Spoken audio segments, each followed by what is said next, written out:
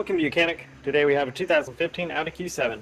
It's got the V6 TFSI motor in it, and we have a check engine light on, and we have one symptom of the when it hits low idle, it actually, generally idles right around 8,000. It drops down to like 5, and it's fairly rough running. And so we're going to read our codes and see what that is. So we have our OBD2 scanner hooked up, UCAN-2. Gone through the initial get into the vehicle to get to the diagnostic. Then we're going to go through diagnostic. We have the key on in the run position, but the vehicle not started. Quick scan is you're scanning everything in the vehicle, or we can just hit control module, select the engine control module, and see what our codes come back as.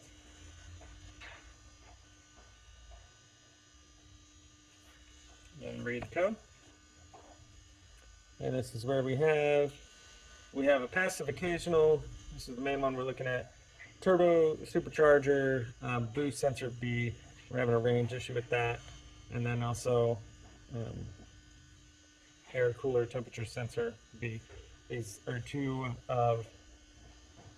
codes, but they are for the same issue. That's a 00576 or 00163. All right, so we have our supercharger on top here. We are still on what would be the left side of the engine, or the right side of the engine as you're looking at it, but the left side of the vehicle. And we have this sensor right here. And this is our supercharger sensor, number B. And then we have the same one that is a supercharger sensor, number A, is on the other side. So bank 1 is A, bank 2 is B. And so we'll go over the process to be able to replace this if we needed to, and say that you want to start with replacing the sensor, and then you may replace the sensor and maybe you still have some issues, and if you do, then you're going to be looking for a vacuum leak or air leak somewhere around. So first we have this electrical connector. We need to pull that little tab up a little bit to get the unlock, and then we kind of pull this out, and then we need a T30 to be able to get down in here and loosen these screws there.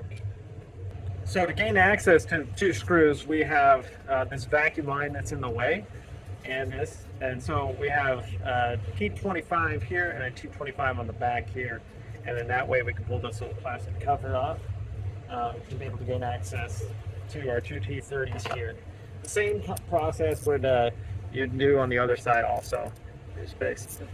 Everything is essentially mirrored on this engine here.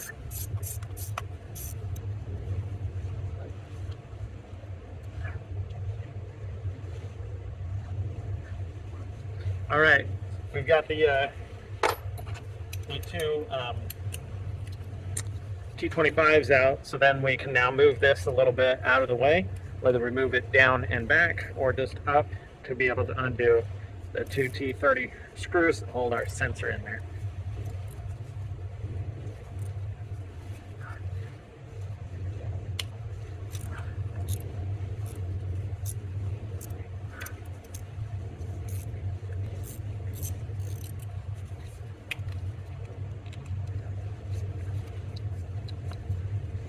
All right, got the two T30 bolts out of there, and now be able to remove the sensor.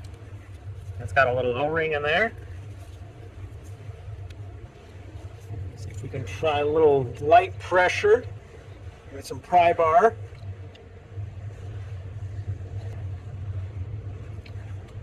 There we go.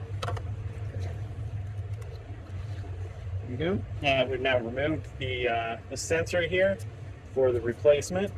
While it's out, I'm going to vacuum that out so that when we put our new one back in, it's a good clean surface there. All right, so we've got our new sensor here. Put a little bit of lubricant on there so that it'll slide in there, and then did vacuum that out, clean it out. Being able to slide that down and into place. And now we have our T30s that we need to put back into place there and tighten those up.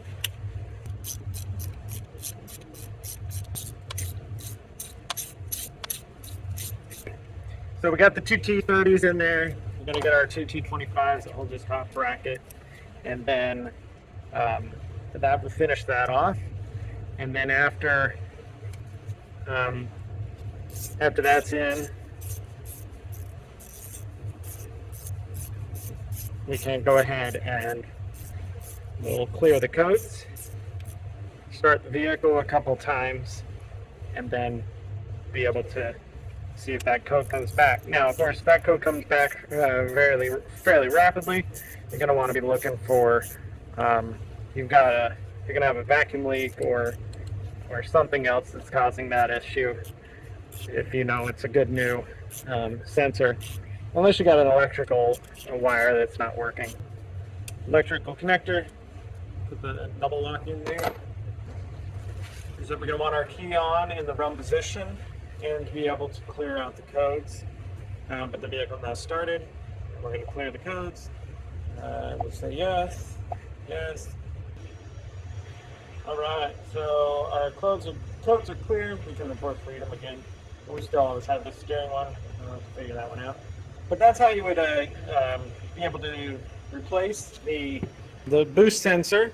That was sensor B, but sensor A on the other side is all the same process and the way to replace it. But that's your boost sensor on your 2015 Audi Q7 with the V6 GFSI motor in it. Thanks for watching Mechanic, where you can be the mechanic.